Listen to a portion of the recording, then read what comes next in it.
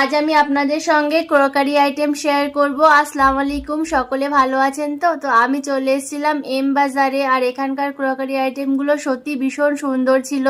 তাই আমি ভাবলাম যে আপনাদের সঙ্গেও শেয়ার করি, আপনাদেরও হয়তো ভালো লাগবে।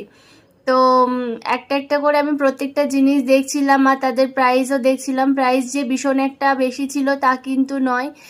আর এখানকার স্টিলগুলো সত্যি ভীষণ ভালো ছিল, এইগুলো মোমো স্টিম করার পাত্র।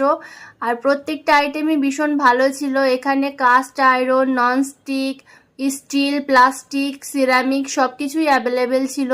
কিন্তু দুঃখের বিষয় এটাই যে এখান থেকে কিছুই শপিং করতে পারিনি। কেন শপিং করতে পারিনি সেটাও আমি এই ব্লগের শেষে শেয়ার করেছি।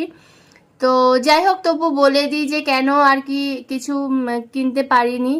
অ্যাকচুয়ালি এখানে সমস্ত কিছু আপনার ক্যাশে পেমেন্ট করতে হবে, আর আমাদের কাছে এদিন ক্যাশ অ্যাভেলেবেল ছিল না। সাধারণত হায়দ্রাবাদে সব জায়গায় অনলাইন পেমেন্ট অ্যাভেলেবেল, কিন্তু এই দিন এখানে হয়তো নেটওয়ার্ক ইস্যু ছিল বা কিছু একটা প্রবলেম ছিল, যার জন্য আর কি ক্যাশ পেমেন্টই করতে হবে, অনলাইন পেমেন্ট হবে না। তো এটা আমরা জানতাম না। অনেক কিছু নেওয়ার পর যখন কাউন্টারে গেলাম তখন দেখছি যে কাউন্টারে অলরেডি আর কি নোটিশ লাগানো আছে যে ক্যাশ পেমেন্ট ছাড়া হবে না।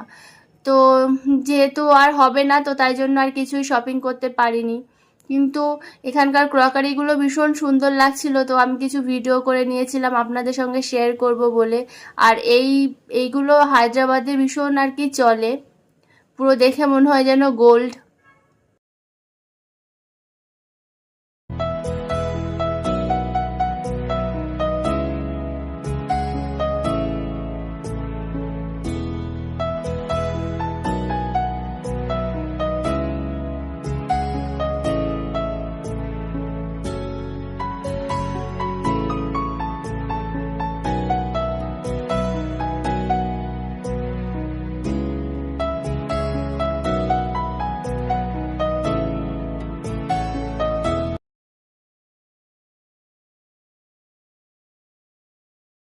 তো বাস্কেটগুলো দেখার পর আমরা চলে এসেছিলাম সিরামিক কাউন্টারে। আর সিরামিক কাউন্টারে এসে এই সার্ভিং বোলটা দেখে আমার তো চোখ আটকে গেল, এতটাই সুন্দর ছিল।